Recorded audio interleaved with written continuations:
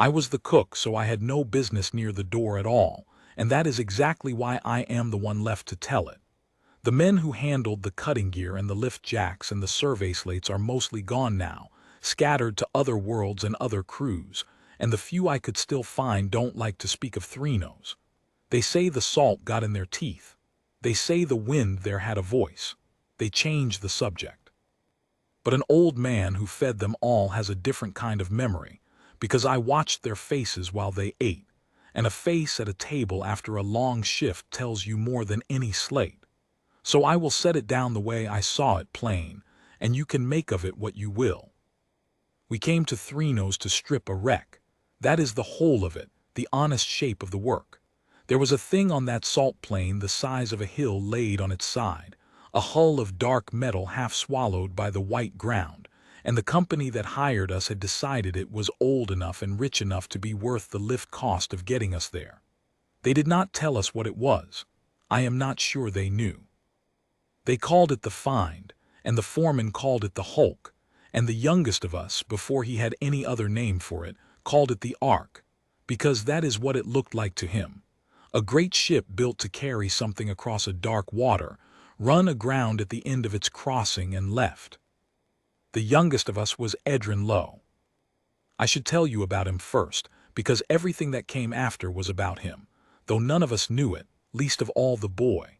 He was the water carrier. On a long dig you need one, because the survey gear runs hot and the men run dry and the recyclers can only do so much, and somebody has to walk the lines with the cans and keep every throat on the crew wet enough to keep working. It is the lowest job on the roster. We gave it to Edrin because he was the youngest and the smallest and had signed on with no skill anyone could name, only a willingness to do whatever the older men did not want to do. He was maybe 17. Thin in the way boys are before their shoulders come in. Quiet. The kind of quiet that some men mistake for slow, and then learn, late and to their cost, was only careful. The salt world earned its name. Threnos was a dead place, flat and white and bright, a plain of pale crust that ran to a flat horizon under a sky the color of old steel. There was a sun, small and far and cold, and it gave us a hard, even daylight that did not change much from the start of a shift to the end of it. No night to speak of. Not in the weeks we were there. The world turned slow, and we worked the long day. The light came down white off the salt and up white off the salt, so that a man standing in it cast hardly any shadow at all, and after a while your eyes ached for something dark to rest on. The wind came across that plain steady and dry, and when it found the holes in the hull it made a sound. Low. Almost a word, if you let yourself think it was a word, which I tried not to do and did anyway. The hull was breached in a dozen places where time or the grounding had torn it, and the company's plan was simple. Go in through the breaches, map the inside, find the dense old alloys and the intact mechanisms worth lifting, cut them free, and haul them up to the lighter. We were a salvage crew. We were not explorers and we were not scholars and we did not pretend to be. We went in. And inside, in the great cold daylight that fell through the torn ceiling in long pale columns, we found that the Ark was a tomb. Not a battlefield. That is the first thing I want to say, because men hear tomb and think of slaughter, and it was not that. It was a quiet tomb. The people who had built and crewed and died in that Ark, we never learned their right name then. The door gave it to us later, and I will come to that. They had not died fighting. They had died in their places. We found them folded down in the long halls and the deep holds, dust-dry, gone to husk and outline, lying as a people lie when they have laid themselves down on purpose because there is nothing else left to do. Some of them had been laid out by others, arms straight, faces turned up. The last of them, wherever the last of them had been, had had no one to lay them out, and those we found as they had fallen, but even those had fallen gently, as if they had sat down to wait and simply not got up. The men did not like it. Salvagers are not squeamish, you cannot be, in this trade, but there is a difference between stripping a dead machine and walking through the long rest of a whole people, and the men felt it. They went quieter than they usually go. They worked faster to be done. Edrin did something the first day that I did not understand the meaning of until everything else had happened, and that I have thought about every day since. We had broken our midday in a wide hall where the light came down strong, and the men were eating the meal I'd carried in, and there was a body near the wall, one of the laid-out ones, dust and outline in a hollow of its own settling. The men ate with their backs to it, the way you do. And Edrin, when he had his ration of water, his own ration, the water he carried for everyone and took last for himself, got up with his cup half full and walked over to the wall and set the cup down on the salt dust beside the dead thing's hand. Just set it down. Then he came back and sat and finished his meal with no water, and said nothing, and waited for someone to make something of it. One of the men, Garrick, a hard, tireless man who was good at the work and not much else, did make something of it. "What's that for?" he said. "That's good water." "It's an old thing," Edrin said. "Where I come from you leave water for the dead, so they're not thirsty on the road." He said it flat, not ashamed of it, not pushing it either. "It's just a cup of water." Garrick laughed, not unkindly, and said the dead were past thirst, and Edrin said he supposed they were and left the cup where it was. And that was all. I thought, if I thought anything, that it was a boy's softness, a thing from home he hadn't worn off yet, and that the salt would wear it off him like it wore everything off everyone. I was wrong about that, the way I was wrong about most of what I thought on Three Nose. Because Edrin did it every day. Not in a show of it, he never did anything in a show of it.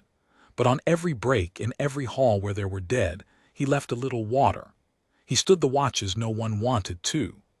On a dig you set a watch on the open breaches and the lift lines through the sleep hours, dull work, alone work, and the men drew lots to dodge it, and Edrin took the lots no one wanted without being asked twice. When a survey marker fell in the wind, we set markers, little weighted standards to flag the safe ways through the holds. Edrin set it back up.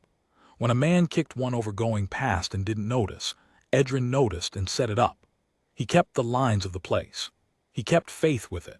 He did it the way some men breathe, without deciding to, and without thanks, because there was no thanks in it, because it was the kind of keeping that nobody sees and nobody pays. I saw it. A cook sees everything and is counted for nothing, which is its own kind of watch. We were 11 days into the ark before we came to the door. It was deep.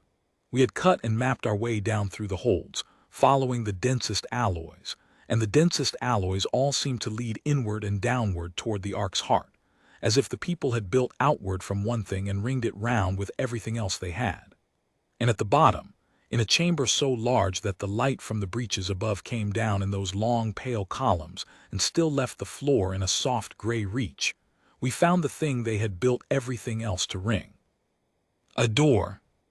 I want to be careful here, because I have heard men since tell it bigger than it was, and the truth was big enough without the lies.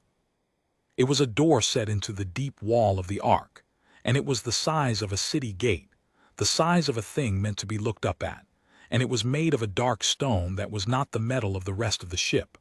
A real stone, dense and old, fitted into the metal as if the metal had been built around it, or grown around it, the way a tree grows around a nail driven into it young. There was no handle on it and no seam you could put a tool to, only a single hairline where the two halves met down the middle, so fine you doubted it was a seam at all. And across the face of it in long bands were marks. Glyphs, the survey men called them for lack of a better word. Lines and figures cut into the stone, deep and clean, going dark and going down into the stone past where the light reached. They were not decoration. You could feel that. They were writing, and they were a great deal of writing, and not one of us could read a stroke of it. We tried the door, of course. That was the job. We tried it the way salvagers try everything, with tools, with patience, and at last with force. The survey men ran their slates over it and got nothing. The stone read as dead, inert, no power signature, no mechanism, nothing to grip a code to.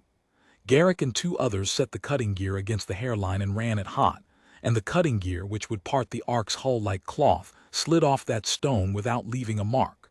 Not a scorch, not a scratch. They tried the jacks against it, and the jacks groaned and the men swore and the door did not move the width of a hair. The foreman, a flat practical man named Aldous Hale, stood and looked at it a long time with his arms folded, and then he said the thing a foreman says, which was that if it wouldn't open it wasn't salvage, and we would strip the chamber around it and leave the door for the next crew or for the company's scholars or for the salt, and that was that.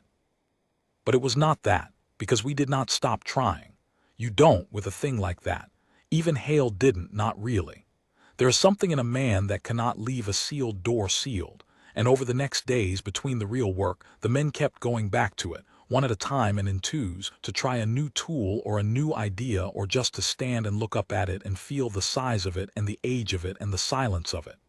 I went too. I carried water down to the men working that deep chamber, and I would set the cans down and look at the door, and I will tell you what I felt, because I have never felt it before or since. I felt watched, by the door. Not threatened, that is wrong, that is too small. Watched the way you feel watched in an old church or by a mountain, by something so much larger and older than you that its attention, if it has any, is not for you in particular but for everything all at once, all the time, and you have simply walked into the edge of it. The men felt it too. They didn't say so. But they took their cups of water down there and they did not laugh much, and they kept their voices low. And when the wind in the breaches above made its low almost word, the men would stop, just for a breath, and listen, and then go back to their work a little faster. The door had refused us for 11 days, the way it had refused everything for 10,000 years, though we did not yet know the number. And then Edrin went down to the deep chamber, on the day it all turned, to do the lowest thing the lowest man on the crew could do. There had been a tremor. Three-nose had them, slow heaves of the salt crust, nothing much, the plane settling its old weight. One had come through in the night towers and shaken the deep chamber, and a survey marker had gone over, the marker that flagged the safe footing along the base of the door itself, where the floor was uneven and a man could turn an ankle in the dark reach below the light. And dust had come down off the high places and settled across the foot of the door, across the lowest band of the glyphs, the band a man could reach, fouling the clean-cut lines with a film of pale salt grime. Edrin went down to set the marker back up. That was all he went down for. The marker was his to keep, the way all the markers had become his to keep, and it had fallen, so he went to set it right. I was there. I had carried the water down and I was gathering the empty cans, and I watched the boy cross the gray reach to the foot of the door and lift the fallen marker and set its weighted base square on the uneven floor and steady it, and step back to see it stood true. And then he stopped, because he had seen the dust across the lowest band of the glyphs. I watched him look at it. I watched him do the small arithmetic a careful boy does, that the marker would be passed by men in low light, that the fouled stone was the place a hand would go to steady itself, that grime on cut stone is a thing that wants cleaning the way a fallen marker is a thing that wants standing. And I watched him take the rag he kept at his belt, the one he used to wipe the cans, a cook's rag I had given him myself, and I watched the water carrier kneel down at the foot of a door that had turned aside the cutting gear, and begin, with no ceremony at all, to wipe the dust from the lowest band of the writing. He cleaned the stone. That is the whole of the great deed, if you want it plain. He did not strike the door. He did not speak to it, not then. He did not try a key or a code or a tool. He knelt in the grime at the foot of an ancient sealed thing and he cleaned it, the way you would wipe a table, the way you would tidy a grave, because it was fouled and he was the one who kept things, and there was no one to thank him and he did not want thanking.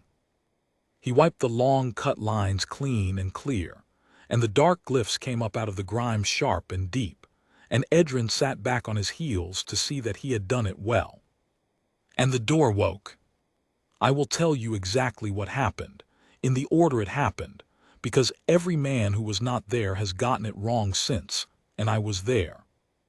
First the hairline seamed down the center of the door, that fine line we had doubted was a seam at all, filled with light. Not a flash, a fill. A cold blue light, the color of the heart of ice, the color of a far star, ran up the seam from the floor to the high dark top of the door in a single slow breath, the way water fills a crack. And where the seam met the bands of glyphs, the light ran out along the cut lines, into the writing, glyph by glyph, band by band, climbing the face of the door in that same slow blue, until the whole vast face of it stood lit from within its own carved letters, 10,000 lines of cold blue fire on dark stone, going up past the reach of the daylight into the high dark, and the high dark was not dark anymore. The light was loudest at the bottom. At the band Edrin had cleaned. There it was brightest, as if the clean stone let it through and the grime had held it back, as if for 10,000 years the writing had been trying to be read, and a film of dust had been the thing between it and the reading. The boy did not run. I want that remembered. The men, when they came, and they came pounding down through the holds when the light reached up the breaches and washed the deep chamber blue. The men shouted and grabbed for tools that were no use and pressed their backs to the walls. Garrick had his cutting gear up and humming as if he could cut a thing made of light. Hale was shouting for order in the voice a foreman uses when he has none. But the boy at the foot of the door, who was closest to it, who had woken it, did not run and did not shout. He came up off his heels slowly and stood, the rag still in his hand, and he looked up into the blue light climbing the great face of the door, and his thin shoulders were not braced and his hands were not raised, and his face, in the cold light, was the face of a man who has heard a sound he has been waiting his whole life to hear without knowing he was waiting. Then the door spoke. I do not have the words for the sound of it, and I have tried for years. It did not come from a mouth, because the door had no mouth. It came from the stone, from all of the stone at once, a low sound that you felt in the floor and in the cans I was holding and in the long bones of your arms before you heard it in your ears. And it was not a roar and it was not a voice raised. It was quiet, the way a very large thing can afford to be quiet, the quiet of a thing that has never once in its existence needed to be louder than it chose.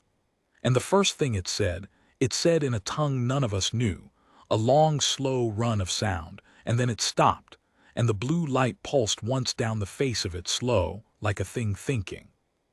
And then it spoke again, and this time we understood it. I cannot tell you how. The survey men argued about it after, that the door had read us somehow off the light, off the air, off the dust the boy had cleared, that it had taken our tongue the way a clever machine takes a code.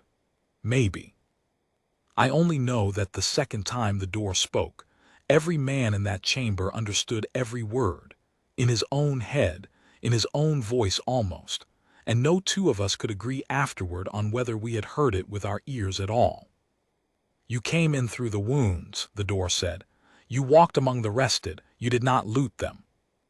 It was not a question. The men looked at one another. We had not looted them. Hale had given the order the first day, more from unease than mercy, that the dead were to be left their places, and the men had kept it, partly from the order and partly from the thing in the air of that ark that made a man not want to put his hand on the dead. But it was Edrin who had kept it truly. It was Edrin who had left them water. One of you kept the watch, the door said. One of you stood the dark hours that were not asked of him. One of you set right the markers of the way. One of you left water for the rested, who are past thirst, and knew they were past thirst, and left it anyway because it was owed. The blue light ran down the face of the door and pooled at the bottom at the clean band at the boy. One of you cleaned the stone. Nobody breathed. We have waited, the door said, a long time to know if it had died with us. And then it told us, not to us, I think, but out loud, the way a thing that has been silent 10,000 years will tell a thing whether anyone is listening or not, what it was, and what it had been built to do, and who had built it, and why they had laid themselves down in their halls and waited to die. They were called the Orin. That was the name the door gave them, and it is the only name I have for them still. They had been a people of this part of the dark, long before any of us, before our worlds had names, when our own people were not yet anything at all. And in their long age they had come up against a thing, the door did not say what, and I have been glad every year since that it did not say what, because the not saying was worse than any saying could have been, and I do not want to know. They had come up against a thing, on the far side of the world, on the dark side, the side that the slow turning of Threnos kept always from the cold, small sun, and they had not been able to destroy it, and they had not been able to leave it. So they had done the only thing that was left, the thing that takes more than courage, that takes the particular stubbornness of a people who will not hand their children a death they can prevent. They had sealed it. They had built the standing door, not a door to go out by, but a door to keep shut, and they had set a watch on it, a warden, one of their own in each generation, who held the threshold, who stood between the rested world and the thing in the dark, whose whole life was the keeping of a door that must never open. It was not a glory. The door was plain about that. It was a thankless watch, a lifetime spent guarding a thing that, if you did your work, never happened, so that you were honored for nothing visible, for an absence, for a quiet that the rest of the people could live inside and never think about, the way you never think about the wall that keeps the wind off. The wardens of the Orin had stood that watch for longer than I can hold in my head, generation laying it down and generation taking it up, until the Orin themselves began to fail, not in a war, not in a plague the door would name, only in the slow way a people fails when its time is done, and the line of the wardens grew thin, and the day came that the Orin looked down the years and saw that there would be a last warden, and after the last warden no one, and the door would stand unwatched. They could have let it go at that. The door said they could have. They could have stood their last watch and laid themselves down and let what came, come, after they were past caring. That is what most peoples do at the end. They close their eyes on the thing they cannot fix and call it peace. The Orin did not do that. They built the watch into the door itself. They poured the last of their long art into the stone, not a weapon, not a mind exactly. The door was careful about that, but a watch engine, a patience, a thing that could hold the threshold shut by itself for an age and wait. And they set it to wait for one thing only, not for one of their own blood. Their blood was ending, and they knew it, and they had the grace to know that blood was never what had made a warden. Not for the strong, or the clever, or the ones who would come with keys and codes and cutting gear, hungry to take. The door had turned all of those aside, age on age, and there had been others before us. The door said, we were not the first to find the ark. We were only the first to be looked at and not turned away. They had set the watch engine to wait for the keeping kind, to wait for the one who, walking into a tomb full of the helpless dead, would not put a hand on them, who would leave water for the rested though the rested were past thirst, because it was owed and not because it was seen, who would stand the dark hours no one asked him to stand, who would set right the fallen markers of the way for the men who came after, and clean the fouled stone because it was fouled, and keep the small thankless watches that no one keeps unless keeping is simply what they are. Because the Orin had learned in their long watch the one thing they most needed whoever came after to be, and it was not might, and it was not blood, and it was not even courage, though courage would be needed. It was this, that a warden is made of the willingness to guard a thing for no reward, to keep faith with what cannot thank you, to stand a watch that the whole world depends on and the whole world forgets. And they had bet the last bet of a dying people, the longest bet ever laid, that somewhere in the dark, on some world among some people not yet born, that willingness would rise again on its own, because it was not theirs. It had never been only theirs. It was a thing that any people might grow if any people were lucky and stubborn and kind in the particular hard way that keeps the watch. They had bet that it would come.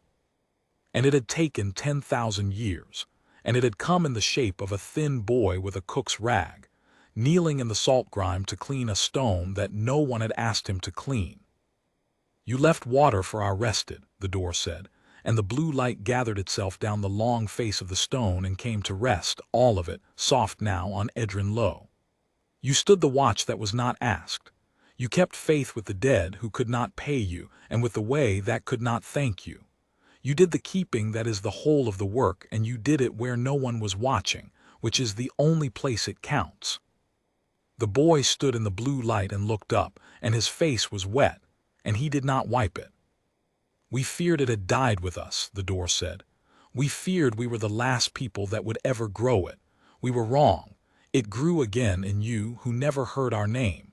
The watch did not die. It only waited for hands to take it up. And then the standing door that had refused the cutting gear and the jacks and 10,000 years of the strong and the hungry, said the thing it had been built and bound and left alone in the dark to say. The thing the last of the Orin had laid down their lives in trust that one day it would have someone true to say it to. You are the last warden, the door said. Take up the watch. I have been asked in the years since what the boy did then. Men want it to be a great thing. They want him to have raised a hand and made a sign, or spoken some answer worthy of the size of the moment, or refused it, or wept and run. He did none of those things. He stood in the blue light with the rag still in his hand, and he looked up at the lit face of the door for a long moment, and then he nodded. Just nodded. The way a man nods when he has been told a thing he already, in some place below knowing, knew. The way you nod when someone names the work you were always going to do. All right, Edrin said. His voice was steady. Tell me how. And the door began to tell him. I will not set down all of it, because I did not understand all of it, and because some of it the door spoke to him alone, the light narrowing down off the great face of the stone until it fell on the boy and nowhere else, and the rest of us stood back in the gray reach like the witnesses we were, which is the truest thing I have ever been. But I will tell you the shape of what changed, because the shape of it is the thing I carried up out of that ark and have carried ever since. The salvage was over. Hale knew it before the door had finished speaking. He was a hard man but not a stupid one, and a foreman knows when a job has stopped being a job. We did not strip the chamber. We did not cut the standing door, which we could not have cut anyway. The company's slates, when the men brought them down later, read the stone as dead as ever, no power, no signature, nothing. The door let nothing be read off it that it did not choose to let be read, and it did not choose. To the company we brought back alloys from the upper holds, enough to call the trip paid, and a report that the find was a tomb ship of an extinct people, of interest to scholars, of no further salvage value, sealed at its heart by a stone door that no tool could breach. All of that was true. We left out the rest. By then there was no question of leaving in the rest. The men had made a kind of agreement without ever speaking it, the way crews do, that what had happened in the deep chamber belonged to the deep chamber, and that some things are not the company's, and some watches are not for telling, and that a man who had stood in that blue light and tried to put a price on it would be a man they did not want to share a table with. So it went in the report as a sealed door and stayed there, and the slates believed it, because the slates believe what the door lets them believe. Edrin did not come up with us. That is the hard part, and I have left it for last, the way you do. The watch is a watch. It is not a thing you take up and carry off to live your life around. The standing door stood where it stood, in the heart of the grounded ark on the dead salt world, and it must be held, and holding it meant staying with it. The door had waited 10,000 years for a warden, and it could wait. The watch engine in the stone could hold the threshold a while longer on its own. But a watch held by a thing is not the same as a watch held by a heart. The Orin had learned that. It was the whole reason for the boy, and Edrin had taken it up, and taking it up meant staying. He told me so himself, the day before we lifted off. He came to the galley where he had carried water for me and to me for all those weeks, and he sat at the little table where I fed the men, and I gave him a cup, the good water, and he turned it in his hands and did not drink it. You don't have to, I told him. I was angry, I think, in the way you are angry at a thing you cannot stop and would not be right to stop. You're 17. You're the water boy. You don't owe these dead people anything. Come up with us. Let the stone hold its own door. It can hold it a while, Edrin said. It can't hold it forever. That's the whole point of me. He looked at the cup. They could have run Corwin the Orin at the end. They could have closed their eyes on it and laid down and not built any of this. They didn't. They spent everything they had left on the chance that someone they'd never meet would come along who'd keep faith with what they'd kept faith with. He looked up at me, and he was 17, and he was the oldest thing in that galley. Somebody kept the watch for 10,000 years, so it'd be here for me to find. I'm not going to be the one who walks away from it because I'm young and it's not fair. It was never going to be fair. That's what makes it a watch. I had no answer to that. There is no answer to that. It is the kind of thing a man says once in his life if he is very good or very stubborn or both, and you do not argue with it, you only remember it and feed him and let him go. He left the cup of water on the table when he went, half full, the old way. I have kept the cup. It is the only thing I took off Three-Nose that was worth taking. We lifted off the next day. The lighter went up through the steel-colored sky, and the white plane fell away under us, the grounded arc a dark hill on the salt, and somewhere down in the heart of it, a boy I had given a rag to was standing a watch that the whole turning world depended on and would never thank him for, would never know to thank him for, would live inside the quiet he kept the way you live inside a wall and never think of it. The men were quiet on the way up. Garrick, who had laughed at the cup of water that first day, did not say anything at all, and would not, for the rest of the time I knew him, hear a word against the boy. I am old now and I have thought about it a long time, and I will tell you the thing I think, for whatever an old cook's thinking is worth. I think the Orin were right.